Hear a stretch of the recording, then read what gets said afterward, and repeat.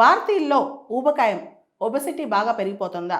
2050 కల్లా 1/3 ఆఫ్ జనాభా మన జనాభాలో మూడింతల ఒక వంతు మందికి ఊబకాయం రాబోతోందా? దీనికి సంబంధించి ల్యాన్సెట్ రిపోర్ట్ ఒకటి బయటకు వచ్చింది.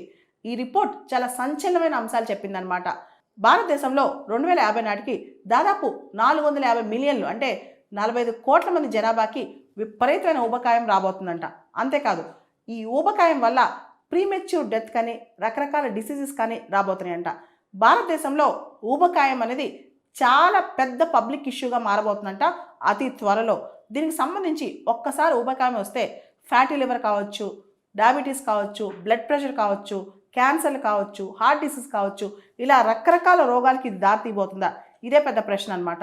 రీసెంట్గా వెయిట్ గెయిన్ బరువు పెరగడానికి సంబంధించి ల్యాన్సెట్ రిపోర్టు ప్రపంచవ్యాప్తంగా అన్ని దేశాలు స్టడీ చేసి ఒక రిపోర్ట్ ఇచ్చిందనమాట. ప్రపంచవ్యాప్తంగా 2021 చూసేసరికల్లా చాలామంది జనాభా అంటే దాదాపు సగానికి సగం జనాభా ఉండాల్సిన బరువు కంటే ఎక్కువ ఉన్నారంట.